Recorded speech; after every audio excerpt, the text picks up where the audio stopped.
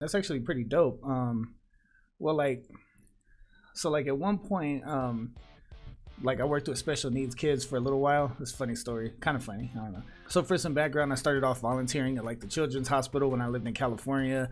Yeah, I would go do little things with them, play games, stuff like that, board games, video games, take them out when like the ones that could go out, like to parks, stuff like that.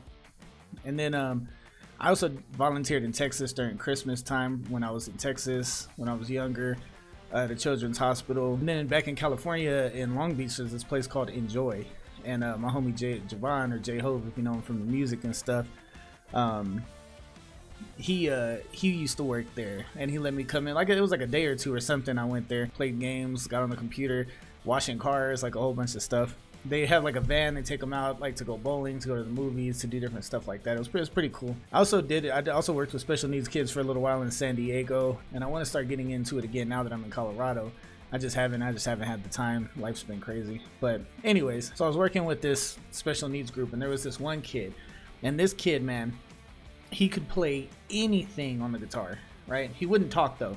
Like he would not speak, not even to his parents. So it was definitely like some like social thing. Like it definitely had to do with his speech. It wasn't just like he was shy around people. Like he wouldn't talk at all to anyone. But he could listen to something like you could play something, you know, rap music, country music, rock music, R&B.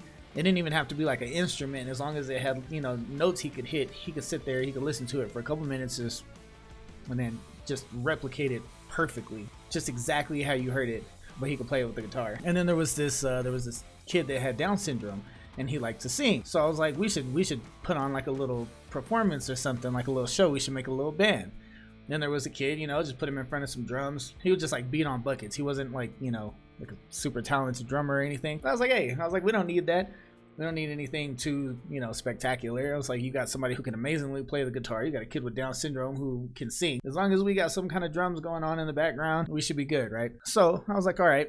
You were sitting there trying to think of a name, and landed on Syndrome of a Down. Now, before you go crazy, we were listening to a System of a Down song when I came up with the name. So I was like, let's do Syndrome of a Down. Some people could get offended. I thought it was funny. I thought it was hilarious. But then the guy who ran the program, he did not like it at all. He was like, you can't say that. You can't call him that. Like, oh my God. I think his main focus was the parents. The parents are going to get so upset. The parents are going to be so mad. We could get sued, you know. So I was like, all right, look, I'll make you a deal.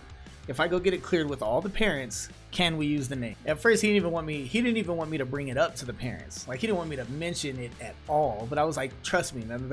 I was like, trust me. Because, I mean, having a disability, what I find at least, like, when people are aware of their disability, I feel like they have a lot easier of a time dealing with things with humor.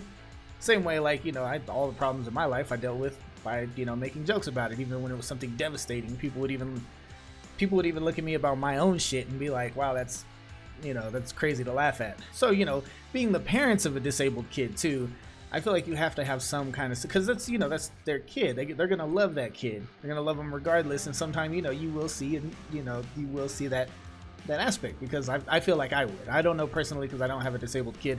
I don't have a kid at all. But I feel like I would approach it, you know, that way. So anyways, I talked to all the parents. I got it cleared. They all loved the name, by the way. Okay, then we put on a show. It went great. People loved it. The parents, you know, clapping, thank you so much. And, you know, yeah, it was a great experience. And I want to get more back into doing that stuff again, because, you know, I had a good time. I even got the little handicap tattoo right here for you know, just to represent that side, that community, because, you know, I've always had a lot of fun, and I enjoy hanging out with them. I enjoy caretaking and stuff like that. And, you know, I mean, the free parking spaces, that's how it works, right?